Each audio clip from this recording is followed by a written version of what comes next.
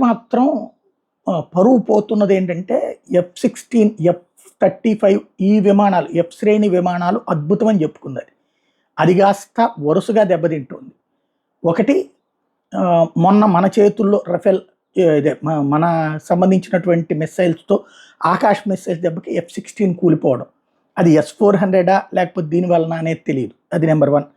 రెండవది వచ్చేటప్పటికి మొన్న హౌతీల మీదన F-35ని వాడింది. అది ఏదైతే ఇజ్రాయెల్కి యెమెన్కి మధ్య జరుగుతున్నటువంటి వారిలో యెమెన్లో ఉన్నటువంటి హౌతీలు అమెరికాకి సంబంధించినటువంటి యుద్ధ నౌకల్ని వీటిని ధ్వంసం చేస్తున్నప్పుడు F-35 వాడారు. వాళ్ళు F-35ని కూల్చేశారు, హౌతీలు కూల్చిపడేశారు.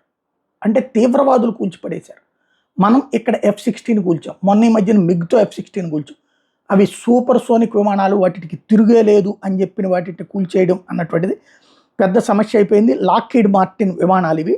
అది అద్భుతమైనటువంటి సంస్థకి, దానికి తిరుగులేదన్నటువంటి స్టేజ్ నుంచి ఆ కూలినటువంటి వ్యవహారాలు ఇప్పుడు సంచలనం సృష్టిస్తున్నాయి. అమెరికా పరువు పోతోంది.